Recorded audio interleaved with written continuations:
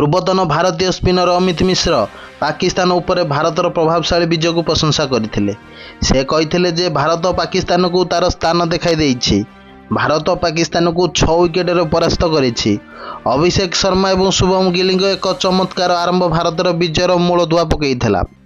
ଅମିତ ମିଶ୍ର ପାକିସ୍ତାନୀ ଖେଳାଳିମାନଙ୍କ ଦ୍ୱାରା କରାଯାଇଥିବା ଅପମାନଜନକ ମନ୍ତବ୍ୟକୁ ସମାଲୋଚନା କରିଥିଲେ ଏବଂ ଟିମ୍ ଇଣ୍ଡିଆର ପ୍ରଦର୍ଶନକୁ ପ୍ରଶଂସା କରିଥିଲେ। ସେପ୍ଟେମ୍ବର 21 ତାରିଖରେ ଦୁବାଇ ଅନ୍ତର୍ଜାତୀୟ କ୍ରିକେଟ ଷ୍ଟାଡିୟମରେ ଖେଳାଯାଇଥିବା ଏକ ହାଇ ଭୋଲ୍ଟେଜ୍ ମ୍ୟାଚ୍ରେ ଟିମ୍ ଇଣ୍ଡିଆ ପାକିସ୍ତାନକୁ 6 ୱିକେଟରେ ପରାସ୍ତ କରିଥିଲା।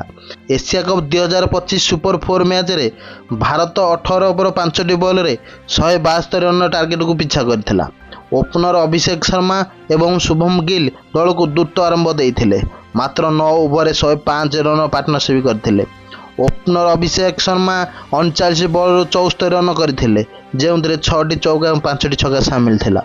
ଗିଲ୍ 88 ବଲ୍ରୁ 47 ରନ୍ ଯୋଡ଼ିଥିଲେ ଏବଂ ଭାଗିଦାରୀ ଭାରତର ବିଜୟର ମୂଳଦୁଆ ପକାଇଥିଲା, କାରଣ ଦଳ ପାକିସ୍ତାନକୁ ପରାସ୍ତ କରି ଟୁର୍ଣ୍ଣାମେଣ୍ଟରେ ଲଗାତାର 4ଥ ବିଜୟ ହାସଲ କରିଥିଲା।